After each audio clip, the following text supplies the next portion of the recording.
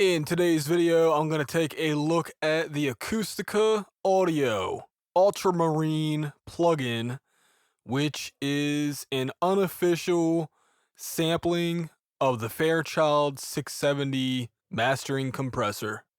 But of course, it can be used on tracks as well.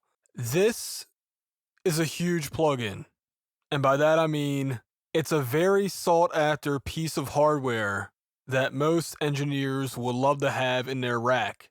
Unfortunately, it costs anywhere between $20,000 to $30,000 to own. Even the clone hardware costs about $10,000 to $15,000. So, most of us can't afford that. This is probably the second best option. The thing about the Fairchild is that it doesn't work on everything. That's why I always wonder why it costs so much money, and the reason for that is they only made a few of these. Because of that, they're such a rare item. They do sound good, but as far as recommendations, as far as would I buy this, well, I'll get to that later.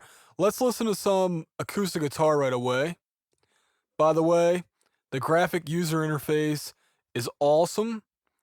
It looks very similar to the hardware. It's photorealistic as Acustica audio plugins tend to be. And as far as layout is concerned, I like it because they actually put the input knob almost at the far left position. You have to change this first. So the way you would normally operate this plugin is to switch this to the in setting all the way left. And then you would set your input knob, watching the meters, also just listening to the audio in general, making sure that the threshold knob is all the way down, all the way off, and that's how you set your input. And then after that, you go back to gain reduction, GR. By the way, that's the one thing bothering me. You see how it's like an in-between? There shouldn't be an in-between, so hopefully they fix that by the time the full release of this comes out. Anyway, let's listen to this. I've talked too much. Here we go. I'm going to solo. By the way, both of these are on the same settings. This is the same exact track, if you can't see that already. And if you hear any glitches in audio, it's because my screen capture software operates at 44.1 kilohertz, and the audio in this project is running at 96 kilohertz. So any pops, any clicks is due to that.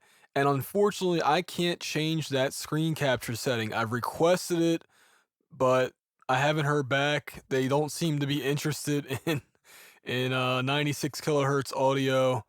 But yeah, that's why we hear any clicks. And the reason I'm doing that is because Acustica plugins are native 96 kilohertz. You can use them at other sample rates, but they are actually sampled at 96, and then they are downsampled to other sample rates. They don't sound bad, but I just like to have the most quality that I can get. Plus, this audio was originally recorded at 96 kilohertz, so why would I cheat myself out of quality? Anyway, let's play it.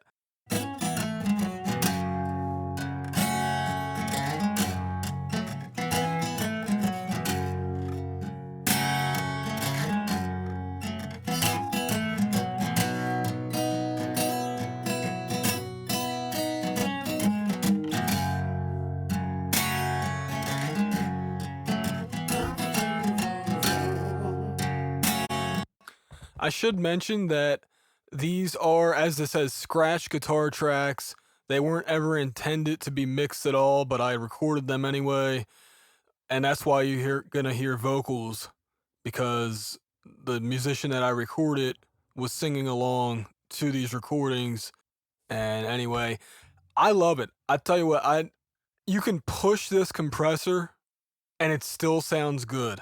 Even if I increase the threshold some more, it would still sound okay. It would lose note definition, but I was pretty surprised by how good this sounded.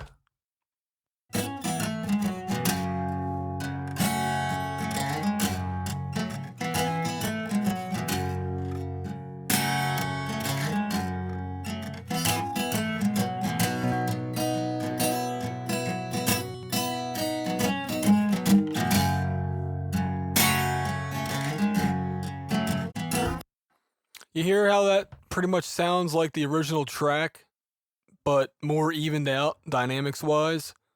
That is the sign of a good compressor. I was actually surprised how clean this sounded.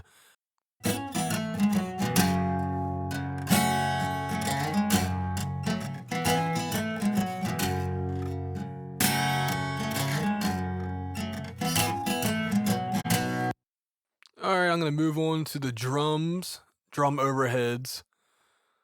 And we got this.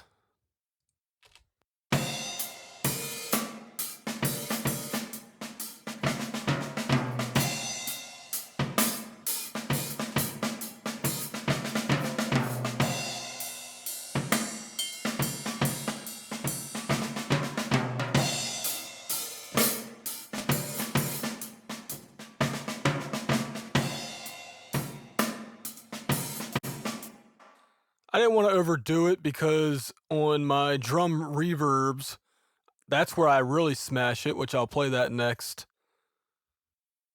And you know what? I'm going to mute this. Hold on.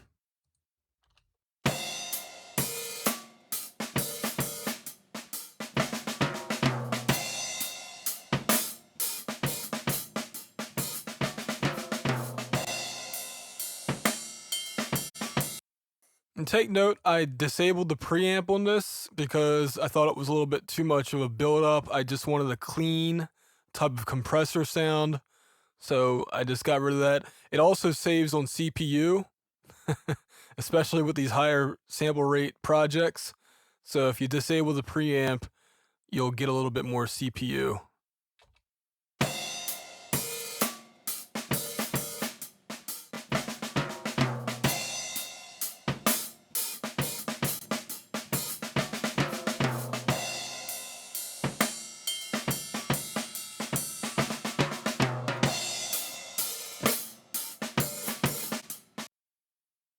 The thing that this plugin really reminded me of is my really nice compressor, which is the only hardware compressor that I own. Basically, you can push it pretty hard, and it pretty much sounds good until you really destroy it. And I know it's not the same type of compressor. This is like a tube compressor, but it also sounds, the other hardware I have experience with is an Aphex compeller. That's what it is. Compeller is like a multi-stage compressor, and hardware compressors they can be pushed harder than software compressors usually. And that's what I'm getting from this.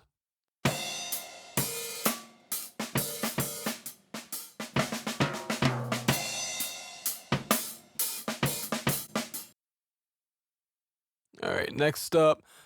To be honest, I'm not sure how much I like it on drums, but it works. So I want you guys to hear what this sounded like on all these different types of instruments. So let's see. All right, this is the drum reverb. Drum room reverb. Oops. I want to mute these. I can't mute them. I can just solo it. All right.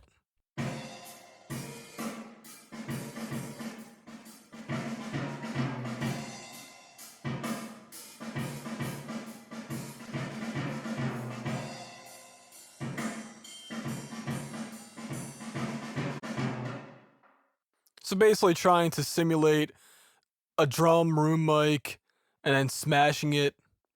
It's okay. It wouldn't be my first choice though. I do prefer the all buttons in 1176 sound, but this is okay. This is a good substitute if you don't want it to be that extreme pumping sound.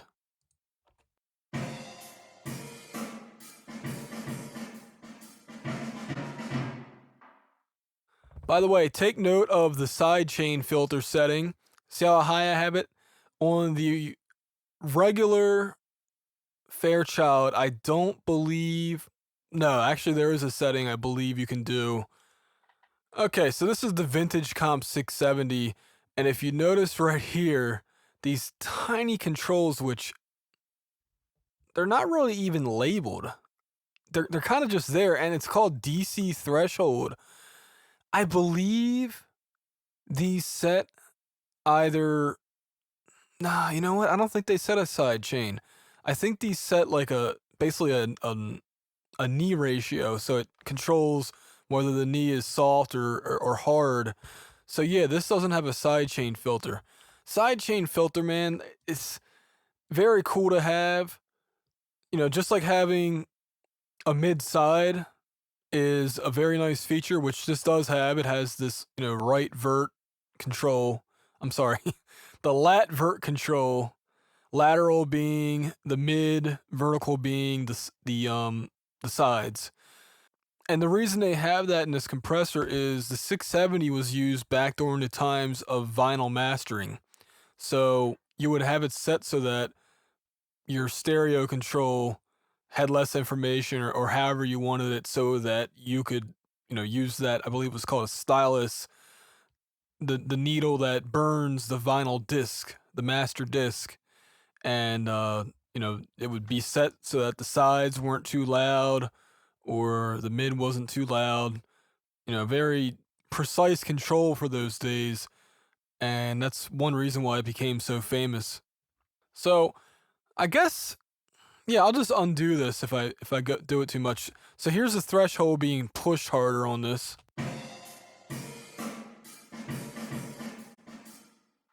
Oh, you know what? I completely forgot to say this.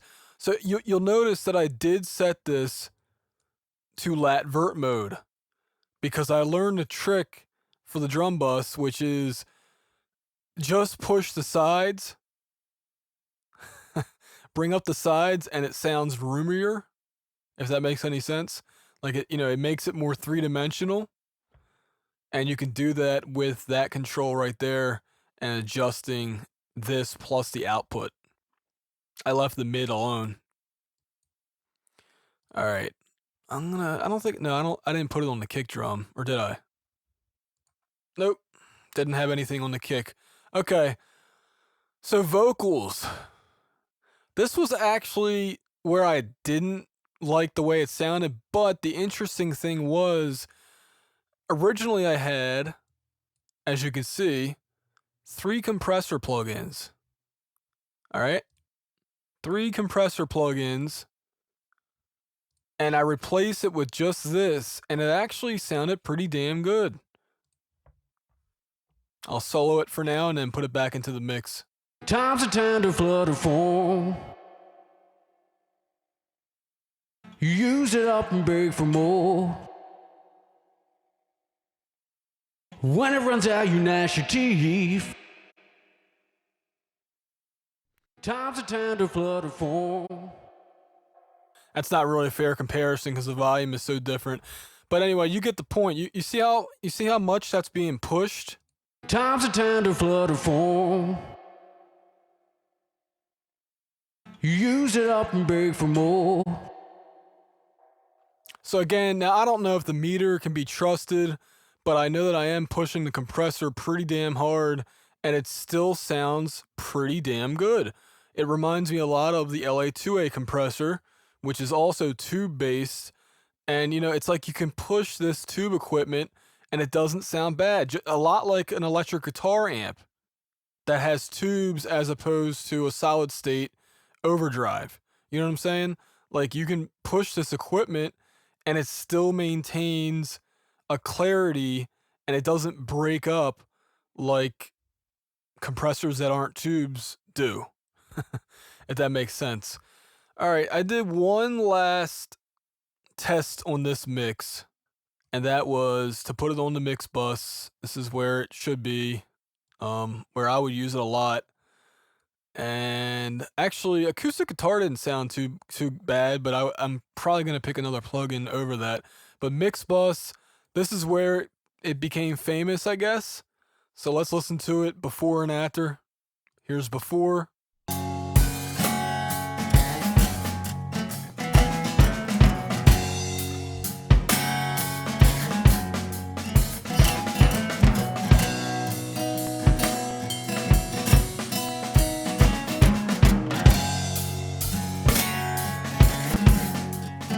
Times a tender flutter form. You use it up and beg for more.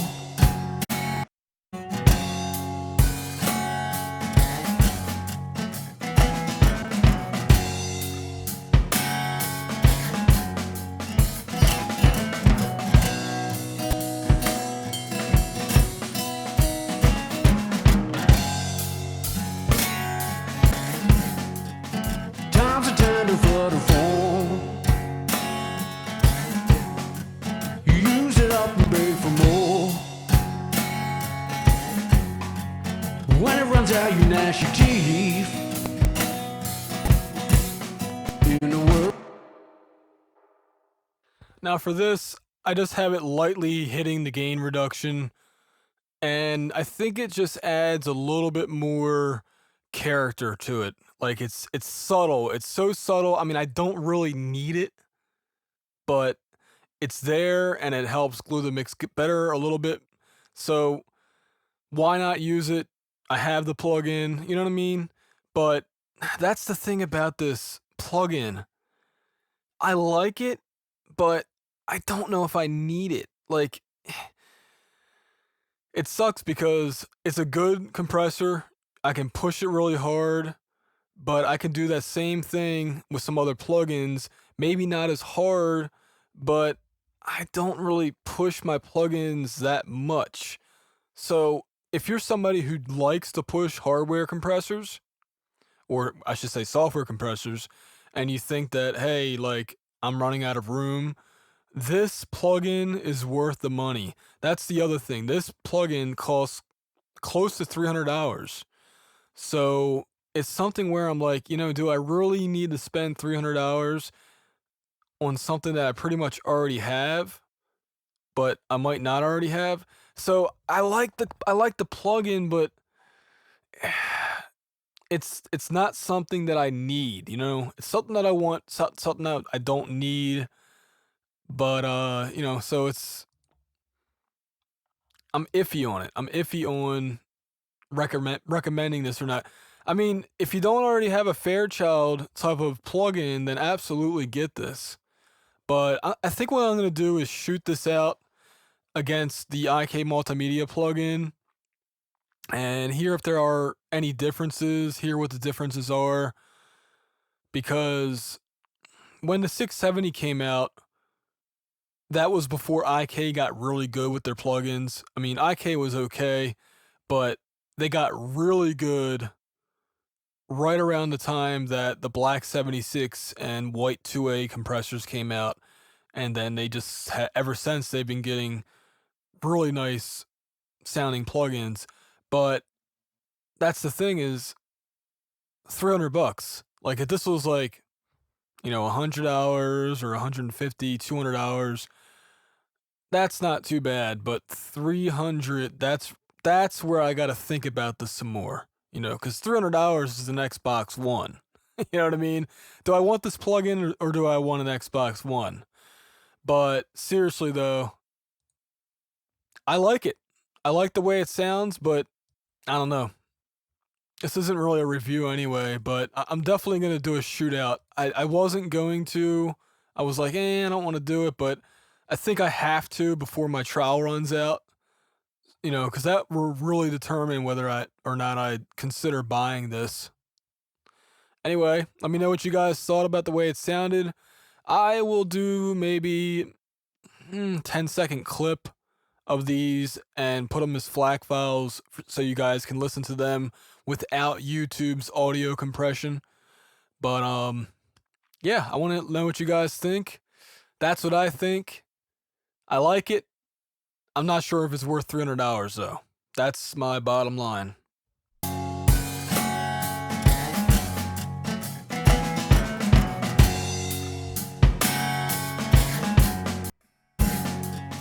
Times are tender for the phone.